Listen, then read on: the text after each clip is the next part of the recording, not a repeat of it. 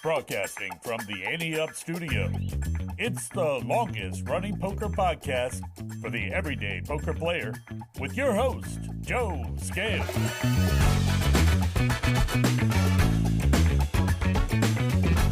Hello, A-Team.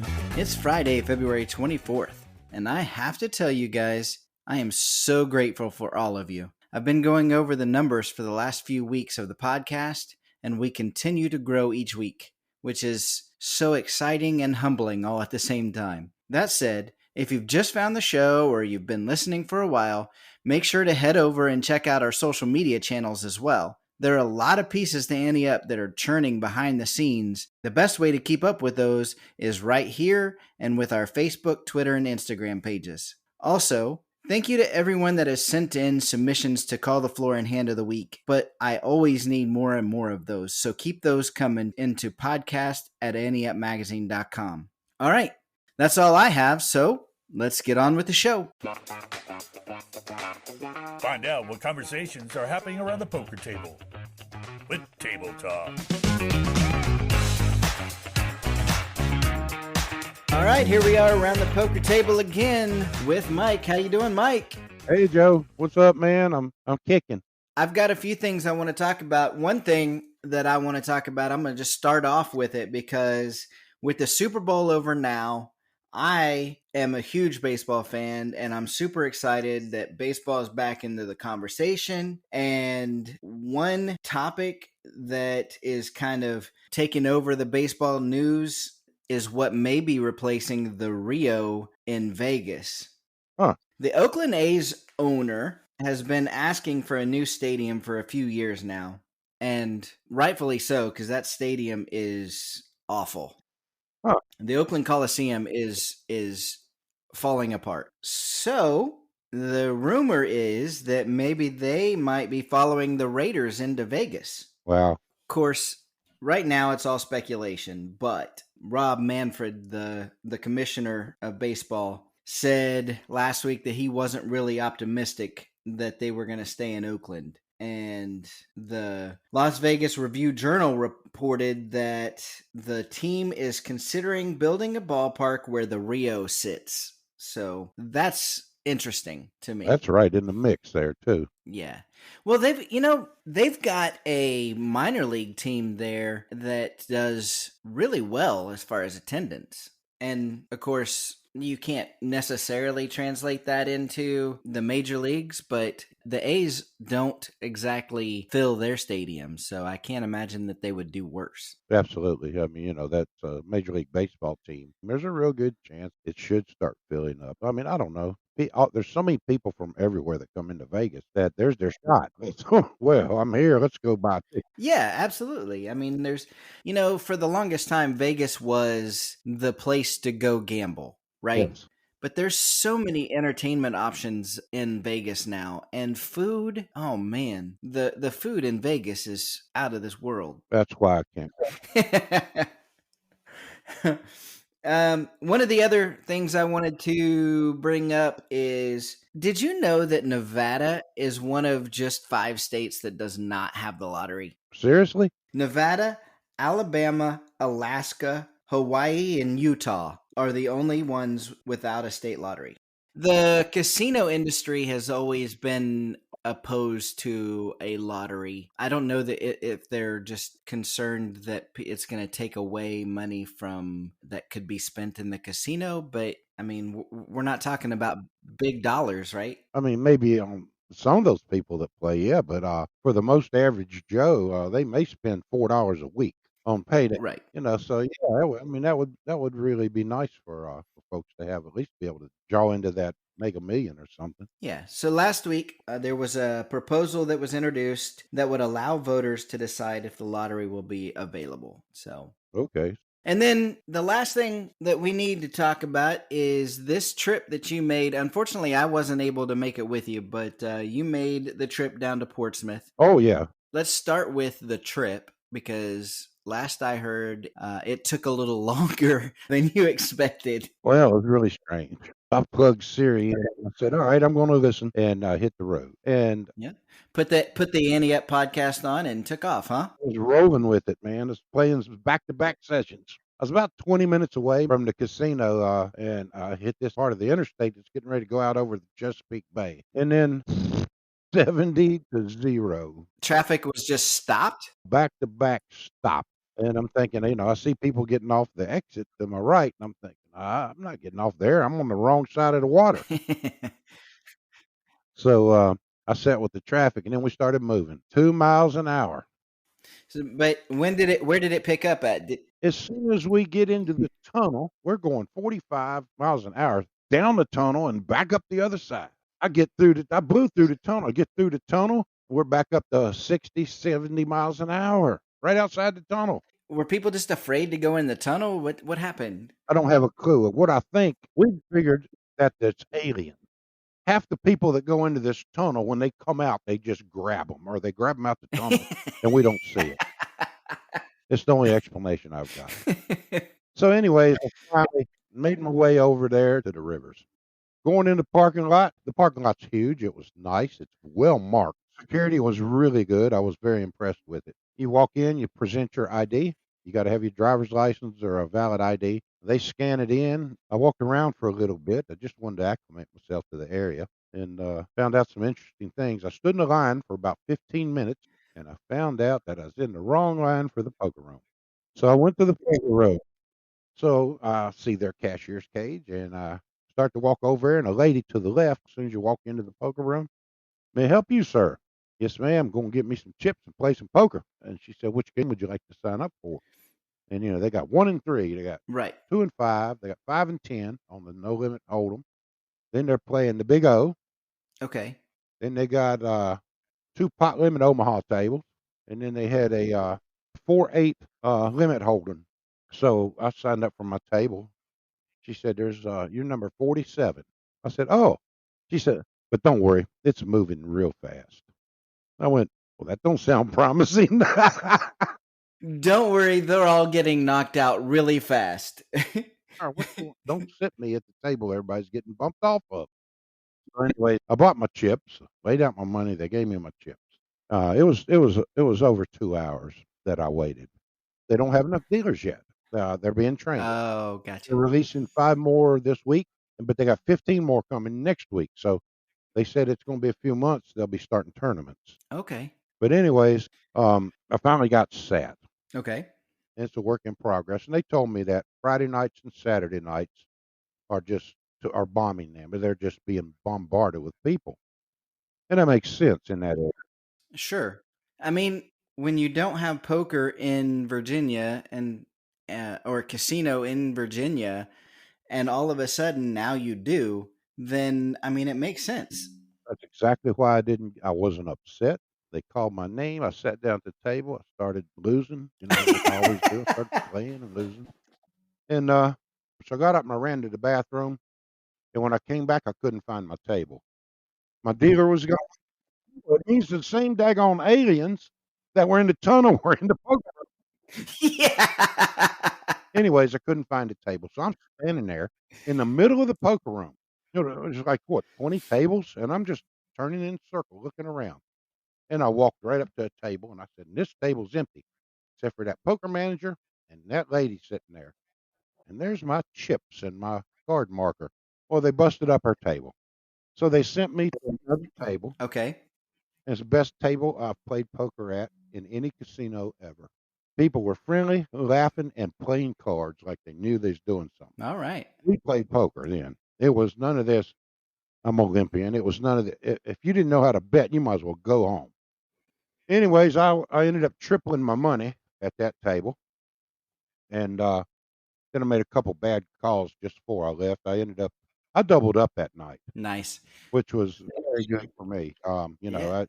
I was very happy about that. And I went back to the hotel, and I was going back that next morning and then play Sunday night too. And I said, "You know what? I've won. I'm going home." So, Take your money and run. Just so everybody knows, Mike always comes out a pretty decent winner at the home games. But when he gets into a casino and you add in that rake, then things turn a little bit. This is the first time that Mike has booked a win in an actual casino. So cheers to you. Cheers to you. Thank you, because it is. It's the first. Just me and cash game pokers in poker rooms don't get along, Right. but we do Right. now. I figured it out finally. All right. That's all we got this week. We'll see y'all next week. Thanks again, Mike. All right, Joe. Thank you. Bye. Now it's time for Call the Floor with Elliot Schechter. Elliot Schechter is the poker room manager for Rivers Casino in Schenectady, New York. He joins us each week to say how he would rule on situations that come up in your games, and he's here with me again this week. How are you, Elliot? I'm doing pretty well. It's been a good week. How are you doing? It is great. The weather is fantastic out here. I don't know what it's like in Schenectady, but it is beautiful here. We've had a spot of good weather. It's been in the 40s and 50s lately, but we're about to get hit by that impending band of ice and snow that's attacking the whole northern sector of the country. Yeah, I guess it's inevitable. We are at the end of February. Absolutely. Now, we've been lucky so far, so yeah, exactly. It won't kill us. Well, this week, David Ferry sent in the Call the Floor, and he says, I was sitting at a fairly friendly 1-3 no-limit cash game. There was a reg that had been bullying the table all night, and finally, one player took a stand with ace-10. The reg had ace-deuce. The hand's not that important, but the reg flopped 2-pair and was betting like he normally would on a bluff.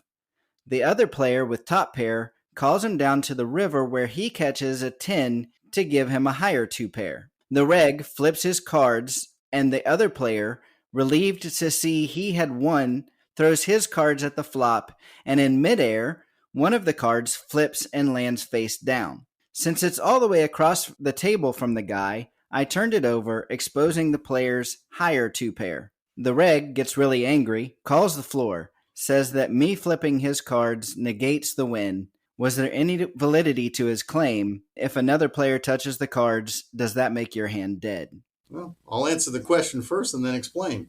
There was no validity to his claim. He was wrong. Touching somebody's cards does not automatically kill them. That is a concept that has not existed in public poker for many, many years and is not used anymore. Let's face it, if you were sitting next to somebody with whom you had a history and did not like and wanted to see them lose as many pots as possible, what's to stop you from touching their cards every time they have a hand? That's fair. Yeah.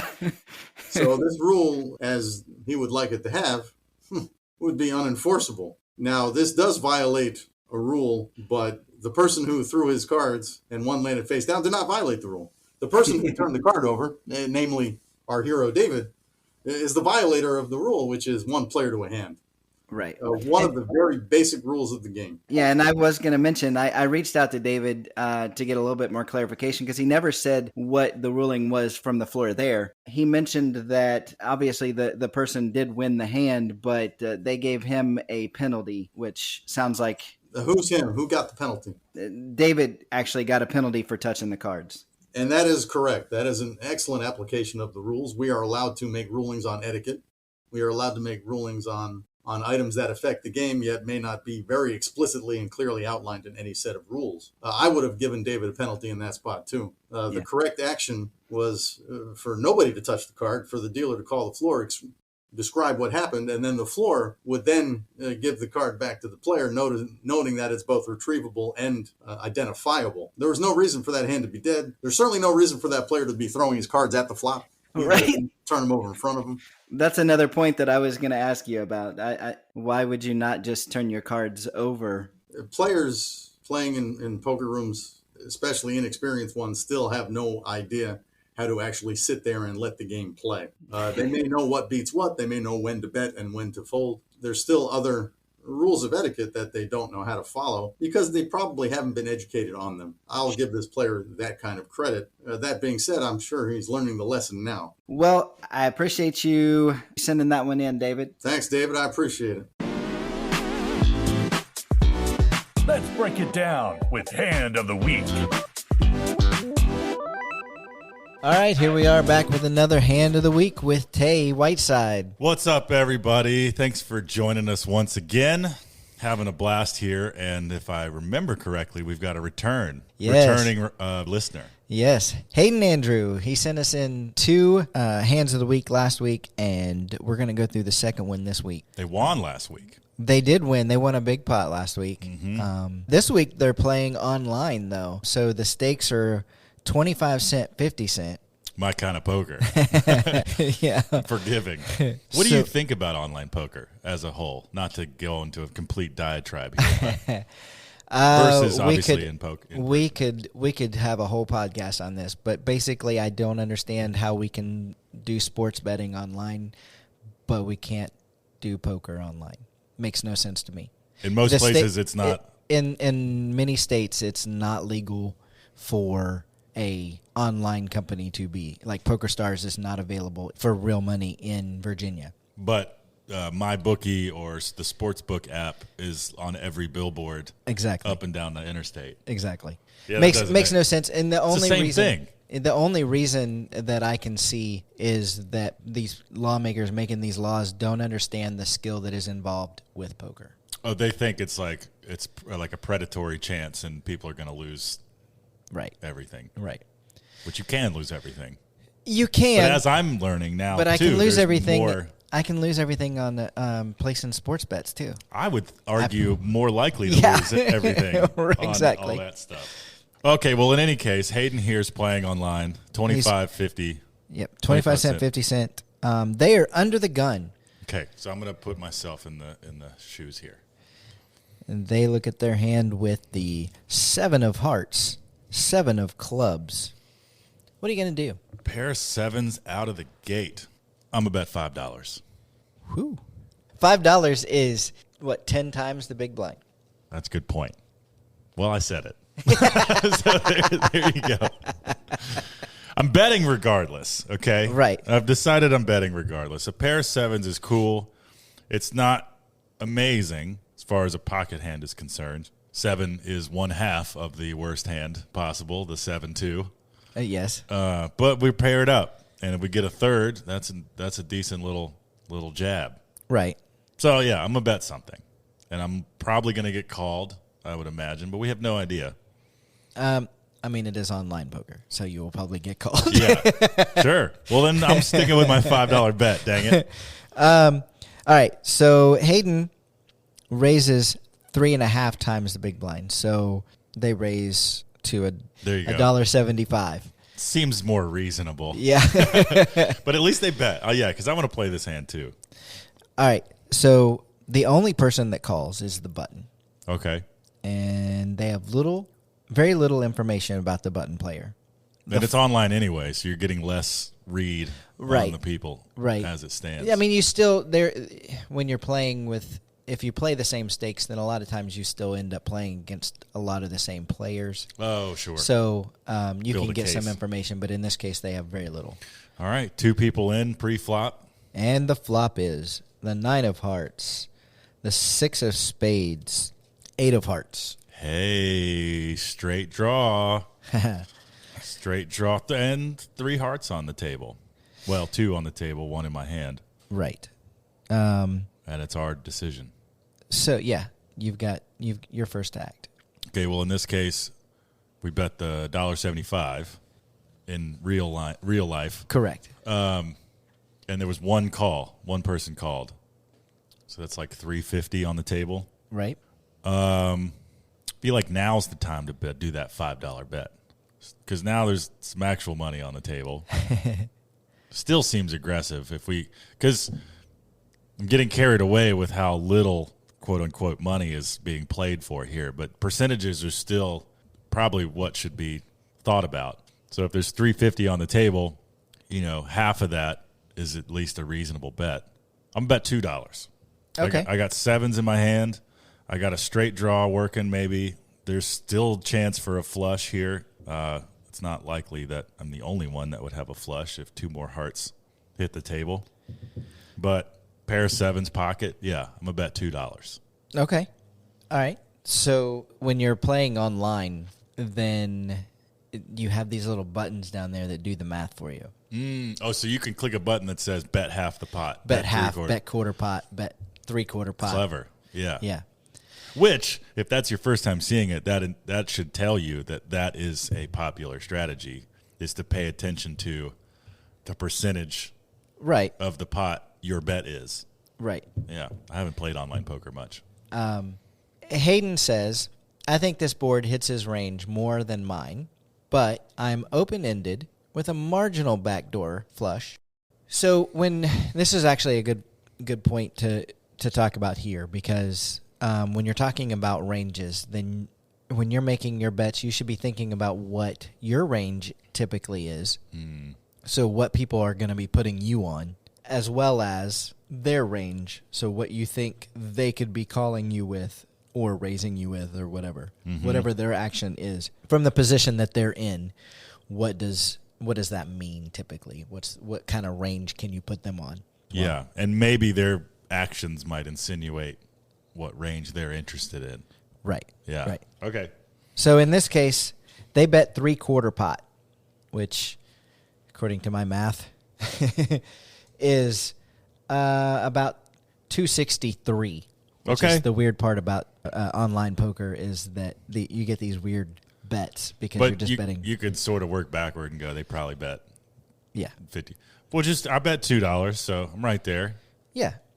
So then it's called, the turn is the Jack of Clubs. What should we do here? Well, speaking of ranges, there's that Jack.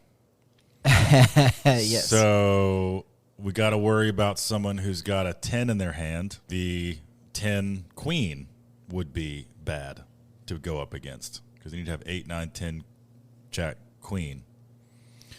So the pair of sevens in our pocket is looking a little Not great, huh? a little rough. Yeah. And I just bet 261 and it was called. It's just Yes. two people in right now, Correct. right? And we don't know much about this other person. I'll check. All right. Hayden also checks. And the villain bets 1/3 pot. Okay. So the question that they ask here is, does he sense weakness here? What do we do? What's a third of the pot at this point? What was the bet? So 1/3 of the pot should be at what, $1.60-ish. Sense weakness. Well, that's a logical assumption, being that we bet and now we're checking on the Jack. And if that Jack didn't excite us, that eliminates us from having the hand that is, the power play here. But if we bet now, might tell them that we do have the Queen 10, which we don't. Should probably go against my every instinct and fold. This goes against your instinct. Why? I just want to get aggressive. Hand of the week does that to you. Yeah, I know. Because what do we have to lose? We're just sitting here on a microphone talking about poker. But in real life, I would think about it for a while and then probably fold. Yeah. Okay. What does All right. Hayden do?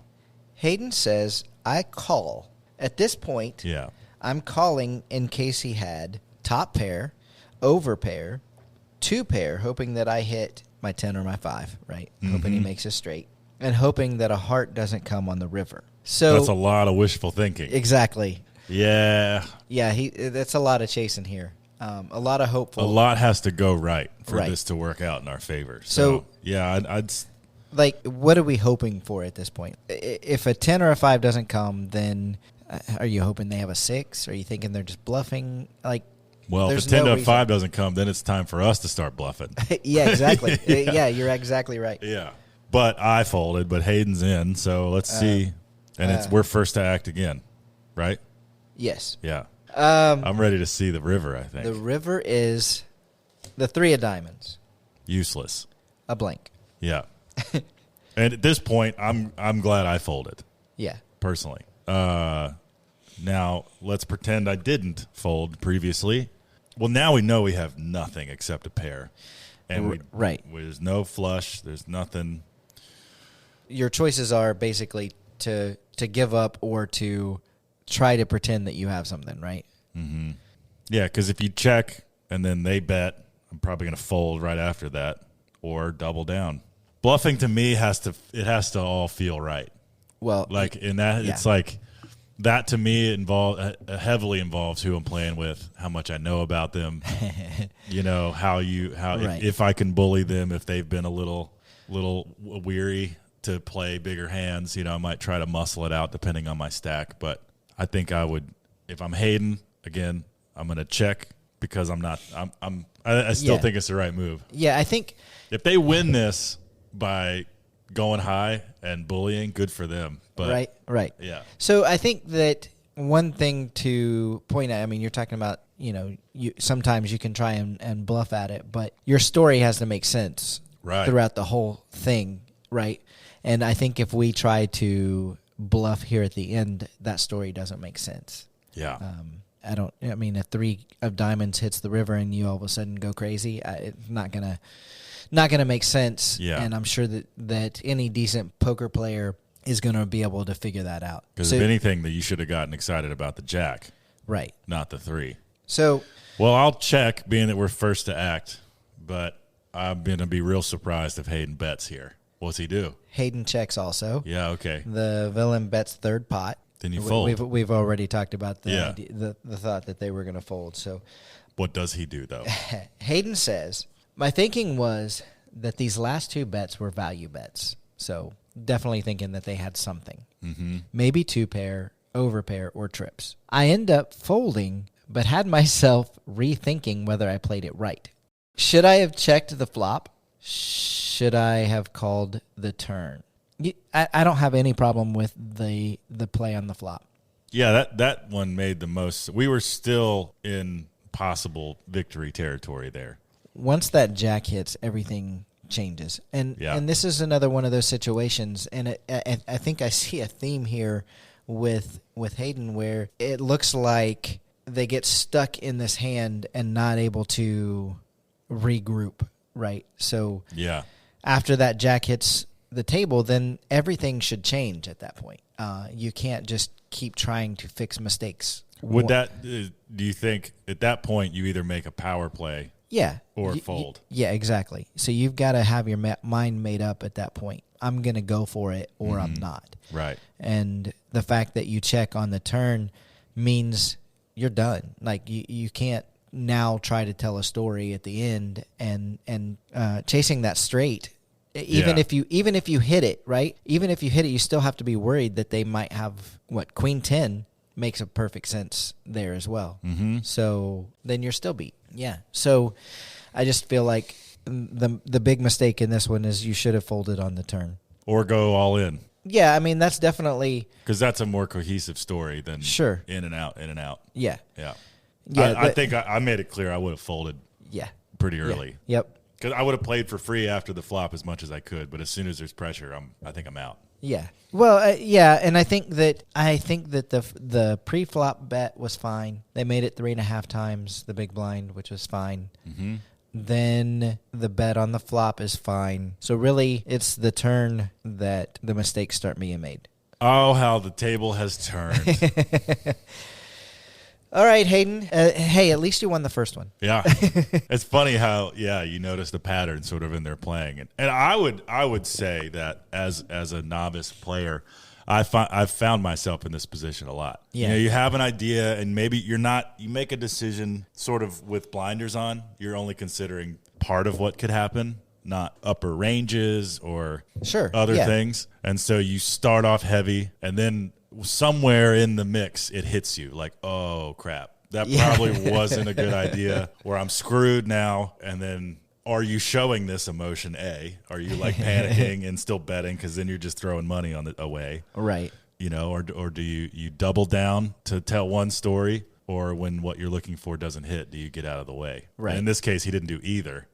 He just sort of limped along and then lost. And once the check is made, I mean, this is similar to what we talked about a week ago. You've got to either do that check raise and really tell that strong story, or you've got to let it go. There you go. All right, Hayden, I appreciate you sending those in. And Tay, appreciate you doing this with me again. Yeah, man. And if you have a hand of the week that you would like for Tay and I to break down, send it to podcast@anteupmagazine.com. Thanks, Tay. Thanks, Joe. See you guys next week. The question is, how you running?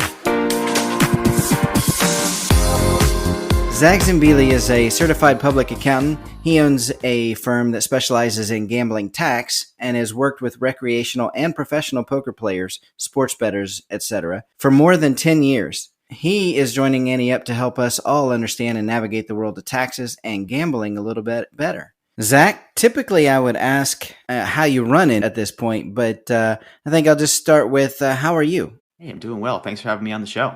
Absolutely. This is an exciting topic, especially this time of year. First of all, how did you get into this area of accounting? Because you just don't hear too many people focusing on the gambling segment of taxes. Yeah, I think kind of growing up, I was part of the online poker boom and played, recreationally and just found it pretty interesting. But then I got into the world of accounting and finance and wasn't really sure what I wanted to do. Then I moved to Las Vegas and I started working with a firm, and we started working with professional gamblers and recreational gamblers. Quickly realized that there's not that many people in the accounting space that specialize in this type of tax.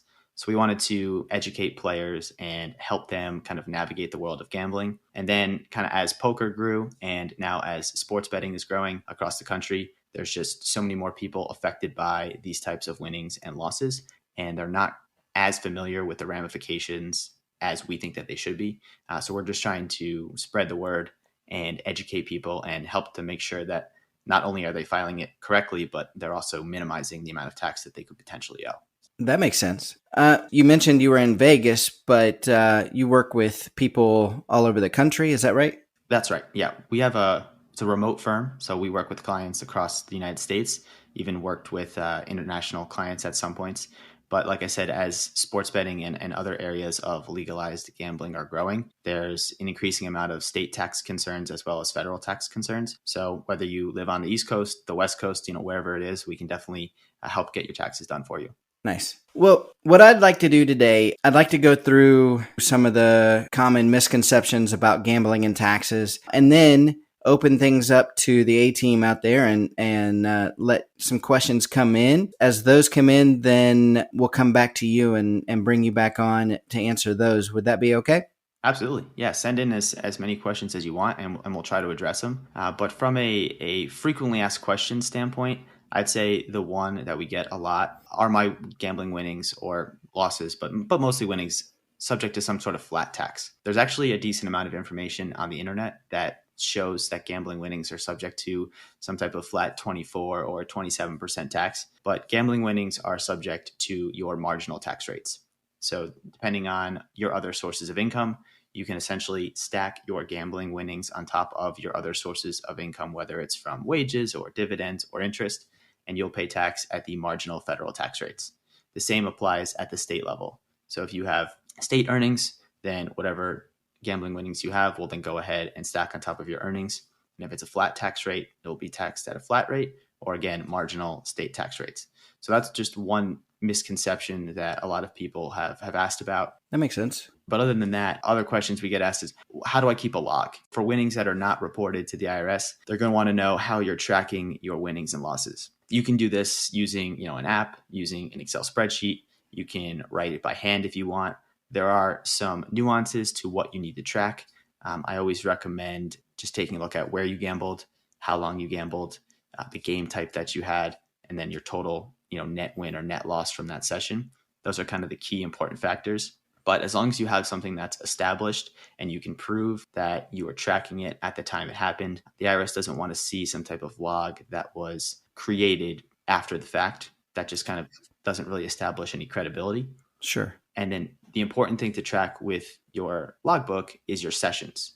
So there are multiple different definitions of what a session would be. For poker players, it's a little bit easier. Anytime you play in a tournament, that's going to be considered one session, even if it lasts multiple days.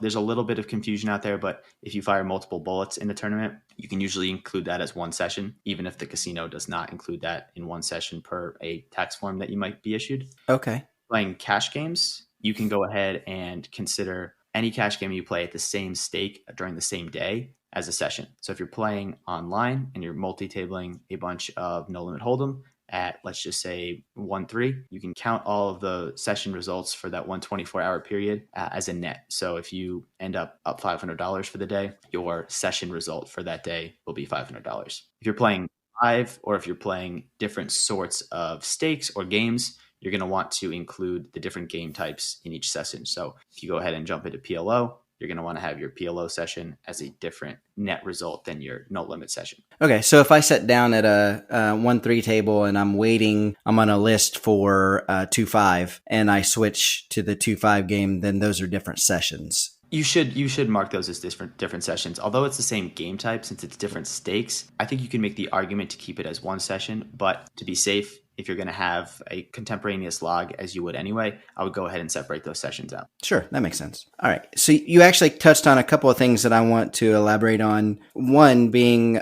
a threshold. So is there a threshold for winnings? Meaning if I am under a certain dollar amount, then do I have to report that? So when it comes to income and reporting, all income is reportable, whether or not it's reported to the IRS. So if you're playing cash games or if you're playing table games, very rarely, if ever, are you going to be receiving a tax form for that. So that's why you need to keep your log so you can prove to the IRS, here's my total winnings or here's my total losses. Same goes for tournaments. If you win in a tournament and it's below a reporting threshold, it still needs to be reported to the IRS on your tax return. That being said, certain winnings will generate tax forms with the IRS. So if you're playing in a tournament and you win more than $5,000 after you subtract out your buy-in, you're going to receive a W-2G from the casino.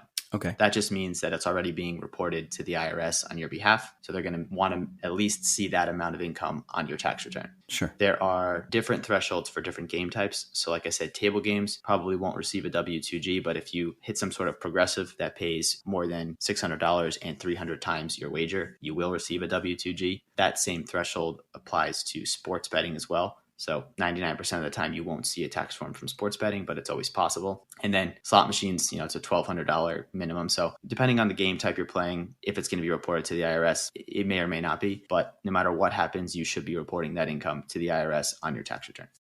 What about online poker? So are the rules different for online and live casinos? For the most part, online and brick and mortar casinos will have the same reporting requirements. If you're playing a session online, it's going to be very similar to playing a session in a live casino. The only difference with online casinos is the ease of reporting for the gaming operator. So while there are minimum thresholds that I just discussed, $5,000 for tournaments, casinos can issue a tax form for any dollar amount for any winnings. They just choose not to because it's more work for them. So if the IRS says they only need to issue a tax form for a $5,000 tournament win, they're not going to issue forms below that amount. It's because it's just going to cost them time and money to do so. Sure. But when you're playing online, it's a little bit less friction and generating forms automatically is a little bit easier. So if you're playing, let's just say online blackjack, you might realize at the end of the year that the operator that you're using is going to be issuing you a W-2G if you win more than, say, $500 on an individual hand of blackjack. So if you're not aware of that going in, it just might be a little bit of a surprise come the end of the year if you have 300 W-2Gs, but it's only because you were playing, 5 sessions of blackjack online, and all of a sudden you have all these forms that you don't have to account for. Right. Okay. That all makes sense. Well, this cleared up a lot, and I think the listeners are going to have a lot of questions of their own that they want to send in. So if you do have some questions for Zach, you can always submit them to podcast@anteupmagazine.com. But if you're looking for something a little more in depth and you've got some bigger questions that you want to go back and forth with Zach on, Zach, you want to give them an email that they can reach you at? Sure. Yeah, you can reach me at zach@zachthecpa.com. So it's spelled ZAK@ZAKthecpa.com. And there's just so many little nuances that come with gambling tax. So send in your questions and we'll try to address them as best we can. Absolutely. Thank you, Zach. I appreciate you taking the time. Absolutely. Thank you. It's time for Joe's One Outer. I was watching Rounders again the other day. While I sat there watching this movie for the 100th time, I was thinking about how starved for good poker movies we are. We've seen some pretty unforgettable poker scenes with Casino Royale, Maverick, and Rounders. However, while Hollywood may do a great job of conveying the emotions of a high-stake poker hand, there are just so many things they get painfully wrong. For starters, Poker players are not mind-reading mutants. I mean, Daniel Negreanu is well known for his hand-reading abilities, and there's plenty of video evidence to back that up. However, according to Hollywood, if you're a winning poker player, then you must be able to determine your opponent's cards with 100% accuracy. Matt Damon's character in Rounders walks into a room, stands at the back for less than a minute, and reads an entire table of judges' hands. Burt Reynolds' character in Deal figures out a player's cards blindly. In reality, reading an opponent's hand has more to do with things like board texture and betting patterns that are discerned over time. Variance happens to every poker player on the planet. Yet poker movies seem to ignore its presence exists, running up bankrolls quickly and easily until the final hand that always seems to be a cooler. After building up the brilliant poker skills of the main character for roughly 2 hours, we finally find ourselves at the big game. The stakes are high, tensions are high, yet what we're left with in the end is always a hand that plays itself. It removes any skill from the equation.